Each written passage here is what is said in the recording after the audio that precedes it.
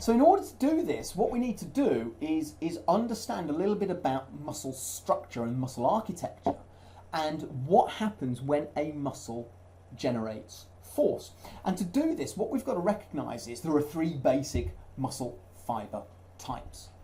And the three fiber types that I'm sure you're more acutely aware of are those which are referred to as slow twitch, which are type 1 fibers, those which are referred to as fast fatigue resistant or intermediate fibers, or our type 2A fibers, and those which are referred to as fast fatigable or the fast twitch fibers, which are our type 2B fibers. And you can see quite clearly there's some quite significant architectural differences across our fiber groups here. So if you look at the fast fatigable fibers at the top, what you can see is you can see the spinal cord, and then you can see the connection through the peripheral nerve. So you can see what are called the Schwann cells. So the Schwann cells are these little cells in the middle of each of these sections. They've got the myelin sheath surrounding them. But what you can see is that single peripheral nerve has multiple connections. In this case, 1, 2, 3, 4, 5, 6 connections across this bundle of muscle fibers. So it's innervating a large number of fibers. Whereas if you look at the slow twitch, what you can see is that the slow twitch is only innervating actually 2 of those fibers. It's innervating basically 1/3 of the amount of the muscle fiber. So by definition, what you have to recognize is in order to generate force, you have to innervate. What I mean by innervate is you have to stimulate the fibers. You have to provide an electrical charge to the central nervous system to create the conditions for the muscle to change force. And the amount of neural activity doesn't really change whether I'm using a slow twitch fiber, in terms of what's coming in, I should say, in terms of a slow twitch fiber and a fast twitch fiber. But what you can see is the fast twitch fiber or the fast twitch recruitment is able to recruit more fibers. If I'm recruiting 3 times the amount of fibers, I'm able to generate, theoretically, 3 times the amount of force with a fast fatigable fiber than I am with a slow twitch fiber. So you can see quite significant differences just in kind of the basic connection between the central nervous system and the fibers themselves. And we can see this in more detail if you then start to look at the graphs on the left-hand side. So what the graphs are showing you is they're showing you in these figures here, you can see the amount of force that the fibre is able to produce. So what you can see, and these are in isolated fibres, so these are what we call skinned fibres that have been retrieved, and then they've been electrically stimulated outside of the cell. And what you can see here is that a fast twitch type 2B fibre is able to generate about, because remember it's a single fibre, about 50 grams of force. It reaches a peak force of about 50 grams. Excuse me.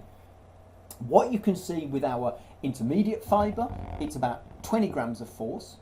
And what you can see with the slow twitch fibre, it's probably about... So what you can see is approximately that the amount of force that's been produced with the slow twitch fibre is probably, in the order of, well, what is that? We've got 1/10 of the amount of force that's being produced, approximately, for what is being produced from a fast twitch fibre. So again, it's that connection between the amount of connections between the nerve and the fibres. So there's more fibres being innervated for the electrical signal coming in with a fast twitch fibre compared to a slow twitch fibre, and therefore more force is being generated, and it's actually about 10 times the amount of force. And you can see if you take that intermediate fibre, in an intermediate fibre, and what's fascinating about the intermediate, which we've referred to here as kind of fast glycolytic, is that they, fast oxidative, sorry, not fast glycolytic, fast oxidative, is they're hybrid. They kind of contain the features of a slow twitch fibre, but not as many of those features. And they contain a lot of the features of a type 2B fibre, but not as many of those features. So they kind of sit in the middle, right? They're producing about half the amount of force that our type 2B fibre or a fast fatigable fibre is producing. But then what is really interesting, look what happens in terms of how long that force can be sustained for. So a single twitch, look at how long that force can be maintained for. So our fast fatigable fibres, they reach a peak force, and actually that force dissipates in around about 100 milliseconds. And in fact, what you can see with our type 2A fibres, that's our oxidative fibres, half of the force approximately, but they're actually, that force is dissipating in around about the same amount of time. So what you can see is kind of they can hold they're holding less force for about the same amount of time. But look at the slow twitch fibre. The slow twitch fibre actually is maintaining the force, and it's not, in fact, it's never really going back to zero. And in about 200 milliseconds, there is still some force being produced through that fibre. So it's telling us a little bit about kind of the fatigue resistance of the fibres. And if you look then at the graphs on the right, you really see this in stark contrast.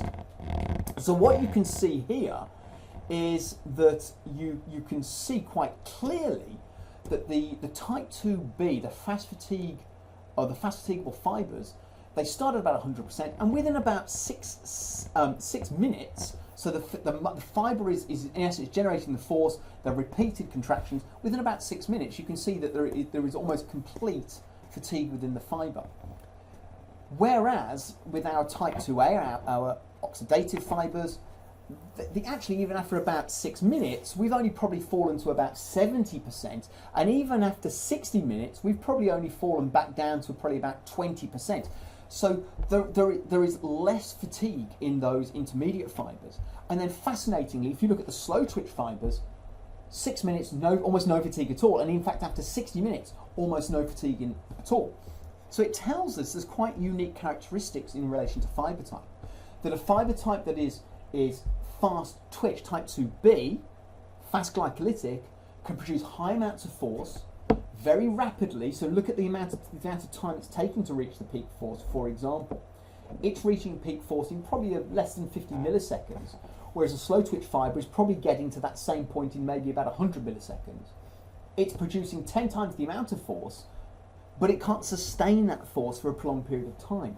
Whereas the slow twitch fibre produces far less force, but can actually sustain that amount of force for a prolonged period of time. And this allows us to understand, doesn't it, about why different fibre types are fundamentally relevant to different kinds of sport. Why, if we're assessing power, anaerobic power, we're fundamentally assessing the fast twitch fibre capabilities. If we're assessing more cardiorespiratory or endurance-based actions, we're more akin and more associated to the slow twitch-based fibres. So this is a really nice kind of overview in terms of the connection between the central nervous system, muscle architecture, and the amount of force those fibres are able to produce.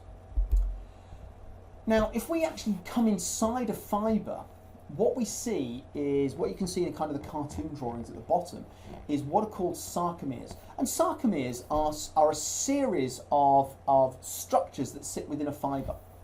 And a sarcomere is what you can then see under the electron microscope at the top. So the image at the top is from an electron microscope, from a skinned fibre, and then you've got the cartoon drawing sitting at the bottom. And so what you have, a sarcomere is separated by what we call Z discs.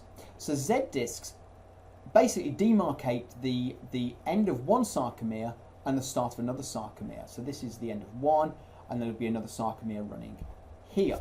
And you can see that quite nicely in terms of the structures up above. You can see here we've got kind of our Z disc and our Z disc here. And so they are kind of just like structures. But within the sarcomere, we then have a series of really important structures themselves. What we have is what are called actin, myosin, and titin. Now, actin and myosin are the ones that are perhaps most readily recognized. The actin filament, you can see quite clearly, is connected to the Z disc, or the Z line. So it's connected. The myosin filaments are not directly connected. They are connected through titin. So titin is a protein structure that is used to, in essence, connect the myosin to the Z line. Now, what you're seeing here is you're seeing these in a two-dimensional aspect. But actually what you've got to remember is these are three-dimensional structures.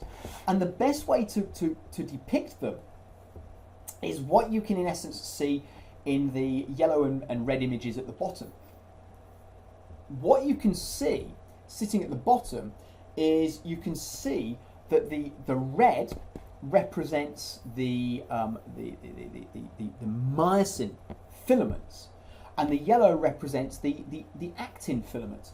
And what you'll notice is the way they are arranged. So you're now looking at these. You're now looking at these down the length, inside the sarcomere, right? So here's my sarcomere. So we've currently been looking this way. Now we're looking this way. We're looking through the sarcomere. And what you'll see is that for each myosin filament, there are actually 6 actin filaments surrounding it.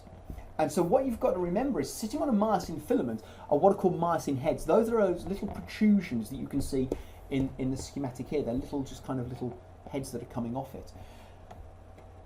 But you've got heads sitting all around that myosin filament, which enables them to connect to those actin filaments, because this is the key. In order for the muscle to lengthen and shorten, the myosin filaments will pull on the actin filaments, because the myosin heads will attach to the actin filaments.